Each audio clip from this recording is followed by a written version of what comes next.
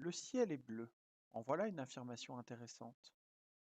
Dans cette vidéo, nous allons parler de cette affirmation et voir comment utiliser un contre-exemple en mathématiques. Je vous disais que cette affirmation est intéressante car on la confirme naturellement. On lève la tête, on regarde le ciel, il est bleu. D'autant plus qu'elle est renforcée par le fait que n'importe qui, si vous lui demandez de quelle couleur est le ciel, vous répondra bleu, un enfant, un adulte.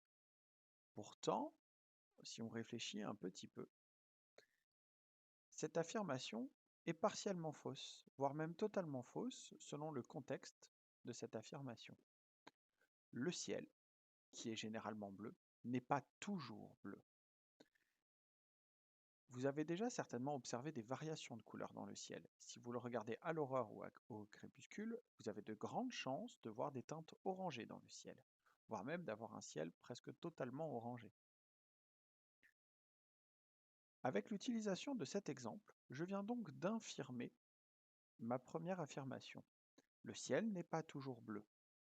Le ciel n'est donc pas bleu. Cette technique se nomme le contre-exemple. Elle permet donc de contredire une affirmation de manière rapide et efficace. On l'utilise très souvent. Nous allons prendre ici deux exemples mathématiques. Premier exemple. Tous les rectangles sont des carrés. Pour contredire cette affirmation, il suffit de trouver un exemple d'un rectangle qui n'est pas un carré. Une construction peut amener la réponse. J'ai construit ici un rectangle CDEF, donc je sais qu'il a 4 angles droits, car la définition d'un rectangle est un quadrilatère qui possède 4 angles droits. Un carré doit posséder une deuxième chose, doit aussi posséder ses 4 côtés de même longueur. Sauf que le rectangle que je viens de construire n'a pas tous ses côtés de même longueur. Le côté CD mesure 2 carreaux de long, le côté DE en mesure 5. Ce n'est donc pas un carré. Ce contre-exemple suffit à dire que non, tous les rectangles ne sont pas des carrés.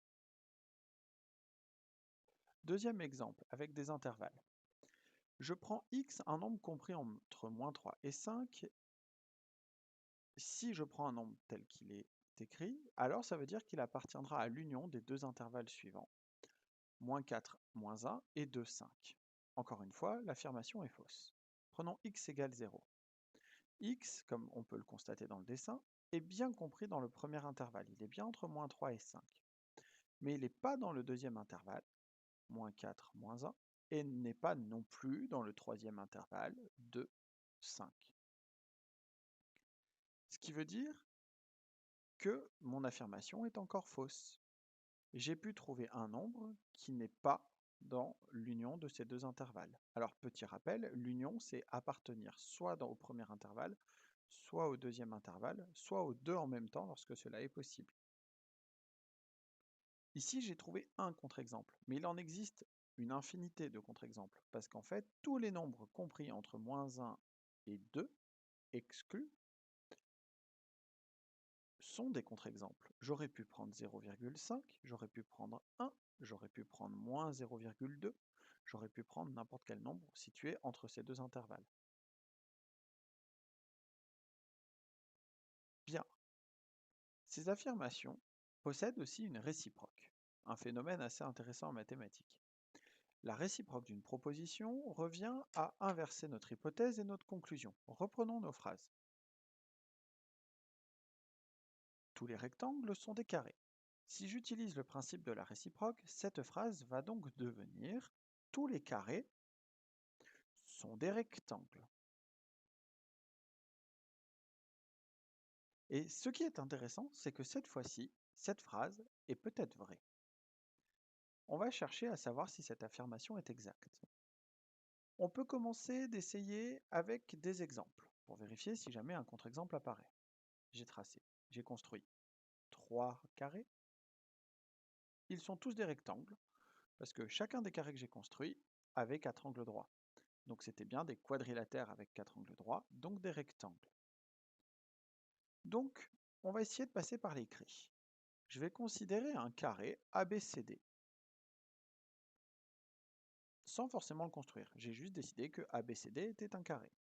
Par définition du carré, ses 4 côtés sont de même longueur et il possède 4 angles droits. Dans ce descriptif, je retrouve « je possède 4 angles droits », qui est le descriptif, la définition du rectangle. Donc, mon carré ABCD, comme il possède 4 angles droits, est bien un rectangle. Conclusion, tous les carrés que je vais construire sont bien des rectangles. Ici, la démonstration déductive est extrêmement courte parce qu'elle ne joue qu'avec des définitions et non des propriétés. Mais dès qu'on va vouloir affirmer une affirmation, confirmer une affirmation plutôt, on va devoir passer par ce processus d'abstraction qui va consister à prendre tous les cas possibles ou à utiliser un cas général. Reprenons notre deuxième exemple. Cette fois-ci, au lieu d'avoir l'intervalle moins 3, 5 comme point de départ, je vais avoir mon union d'intervalles, c'est-à-dire que x va appartenir à moins 4, moins 1, union de 5, donc dans l'un de ces deux intervalles. Si je prends x dans l'un de ces deux intervalles, est-ce que ça veut bien dire que x appartient à moins 3, 5, notre intervalle qu'on avait au départ de notre première proposition? Eh bien, je ne vais pas répondre à la question dans cette vidéo, je vais vous laisser y réfléchir, et à vous de me proposer des réponses. J'espère que cela a permis d'éclaircir un petit peu la notion de contre-exemple et de voir son utilisation en mathématiques, et je vous souhaite à tous une excellente journée.